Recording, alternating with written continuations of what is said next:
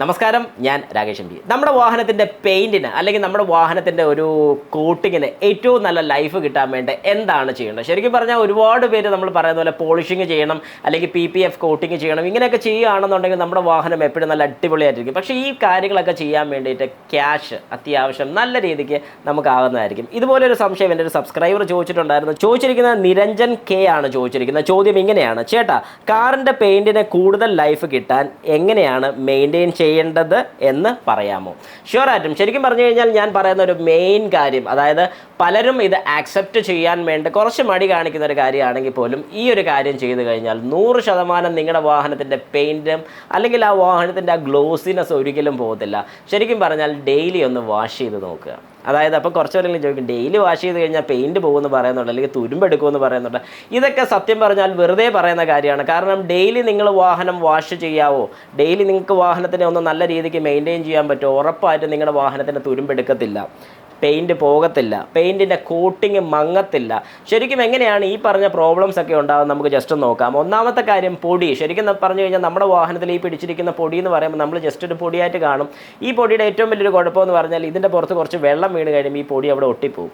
അങ്ങനെ ഇത് നമ്മുടെ ക്ലിയർ കോട്ടിലാണ് ഒട്ടുന്നത്. അത് നമ്മൾ മനസ്സിലാക്കിക്കൊണ്ട് നമ്മുടെ പെയിൻറ്റിൻ്റെ പുറത്ത് വരുന്ന ക്ലിയർ കോട്ടിൽ ഇത് ഒട്ടിപ്പോയി കഴിഞ്ഞാൽ വെയിലും കൂടെ അടിക്കുന്ന സമയത്ത് വെള്ളമോ അങ്ങനെ എന്തെങ്കിലുമൊക്കെ പറ്റിക്കഴിഞ്ഞാൽ ഇത് ശരിക്കും പറഞ്ഞാൽ ക്ലിയർ കോട്ടിലോട്ട് പതുക്കെ ഇറങ്ങും. പിന്നെ ഇതിന് ശേഷം നമ്മൾ വാഹനം വാഷ് ചെയ്ത് കഴിഞ്ഞ് തുടച്ച് കഴിയുമ്പോഴത്തേക്ക് ആ ഒരു ക്ലിയർ കോട്ടിൻ്റെ ആ പോളിഷ് അല്ലെങ്കിൽ അതിൽ നിലവിലുള്ളൊരു പോളിഷ് നമുക്ക് ഫീൽ ചെയ്തില്ല.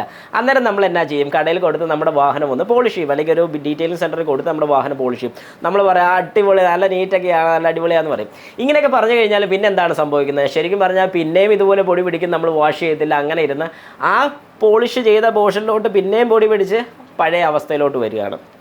പക്ഷേ ഡെയിലി ചെയ്തില്ലെങ്കിലും 2 ദിവസത്തിൽ ഒരിക്കലൊന്ന് ചെയ്ത് നോക്കുക. ഞാൻ എൻ്റെ ബൈക്ക് ശരിക്കും പറഞ്ഞാൽ ഇപ്പം കുറച്ച് നാളല്ല, എനിക്ക് തോന്നുന്നു ഒരു 2 വർഷത്തോളമായിട്ട് ഞാൻ എൻ്റെ ബൈക്കിൻ്റെ മെയിൻ്റെനൻസ് വളരെ മോശമാണ്. വാഷിങ്ങോ കാര്യങ്ങളൊന്നും ചെയ്യുന്നില്ല, കാർ ഉൾപ്പെടെ. കാർ ഇപ്പോൾ കുറച്ചെങ്കിലും നോക്കുന്നുണ്ട്, പക്ഷേ ബൈക്കിൻ്റെയൊക്കെ കാര്യം കുറച്ച് ശോകമായിക്കൊണ്ടിരിക്കുകയാണ്. എനിക്ക് തന്നെ തോന്നിയിട്ടുണ്ട് ഈ ഷെഡ്യൂൾഡ് ലൈഫ്, അല്ലെങ്കിൽ നമ്മൾ ഈ ഭയങ്കരമായിട്ട് എല്ലാം ഷെഡ്യൂൾ ചെയ്ത് ഇത്ര രാവിലെ ജോലിക്ക് പോകണം, ഇത് കഴിഞ്ഞ് ഇത് ചെയ്യണം, അത് കഴിഞ്ഞ് വീഡിയോ ചെയ്യണം, ഇങ്ങനെ ഒരു ഷെഡ്യൂൾഡ് ആയിട്ടുള്ള ലൈഫിൽ നമ്മൾ പോകുന്ന സമയത്ത് ഒരുപാട് കാര്യങ്ങൾ നമ്മൾ മിസ് ചെയ്ത് പോകുന്നത്. കാരണം ഞാനൊക്കെ ബൈക്ക് ഒരു 2 ദിവസം കൂടുമ്പോൾ വാഷ് ചെയ്തുകൊണ്ടിരുന്ന വ്യക്തിയാണ്. എന്നോട് പലരും ചോദിച്ചിട്ടുണ്ട് പുതിയ വാഹനമാണോ എന്ന്. കാരണം 2014 എടുത്തൊരു വാഹനമാണ്. 2018 ഇന്നും ചോദിച്ച് ആരെങ്കിലും വീഡിയോ കാണുന്നുള്ള ജസ്റ്റ് ഒന്ന് കമൻറ്റ് ചെയ്യുക. അവർ എന്നോട് ചോദിച്ചൊരു കാര്യം, ഈ പുതിയ എടുത്ത വാഹനമാണോ? ഞാൻ 2014 എടുത്തിട്ട് പോലും ഞാൻ ശരിക്കും പറഞ്ഞാൽ ഒത്തിരി പേർക്ക് അറിയാത്തൊരു കാര്യമാണ്, എൻ്റെ ഈ വിരൽ, ഈ ചൂണ്ടുവിരൽ ശരിക്കും എനിക്ക് എങ്ങനെയാണ് ഈ ഒരു അവസ്ഥയായെന്ന് പറഞ്ഞാൽ, ഞാൻ ഓരോ 5000 കിലോമീറ്റർ, 5000 പോലും ആവുമെന്ന് എനിക്ക് തോന്നുന്നില്ല, ഒരു 3000-4000 കിലോമീറ്റർ കൂടുമ്പം ചെയിൻ ക്ലീൻ ചെയ്യുമായിരുന്നു. അങ്ങനെ ചെയിൻ ക്ലീൻ ചെയ്ത് ഒരു 20,000-25,000 കിലോമീറ്റർ ആയപ്പോൾ കിട്ടിയൊരു പണിയാണ്. ചെയിൻ്റെ ഇടയ്ക്ക് പോയി.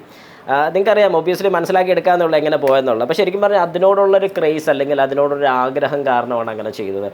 പക്ഷേ അതിനുശേഷം ഞാൻ തളർന്നില്ല. കുറച്ച് നാൾ ഏതായാലും കൈയൊക്കെ മുറിഞ്ഞ് ആശുപത്രിയിലൊക്കെ ആയി. പിന്നെ ഒരു ദിവസം മാത്രം ആശുപത്രിയിൽ ഉണ്ടായിരുന്നുള്ളൂ. അത് കഴിഞ്ഞ് പിന്നെ റെസ്റ്റായിരുന്നു. അങ്ങനെ റെസ്റ്റായിരുന്ന സമയത്ത് പോലും എനിക്ക് വാഹനം വാഷ് ചെയ്യാൻ സാധിച്ചില്ല. പക്ഷേ ഇത് കഴിഞ്ഞ് ഞാൻ 2 ആഴ്ച കഴിഞ്ഞ ഉടനെ ഞാൻ ഇറങ്ങി വാഹനം വാഷ് ചെയ്യാൻ തുടങ്ങി. അപ്പോൾ അത് ശരിക്കും പറഞ്ഞൊരു പാഷനാണ്.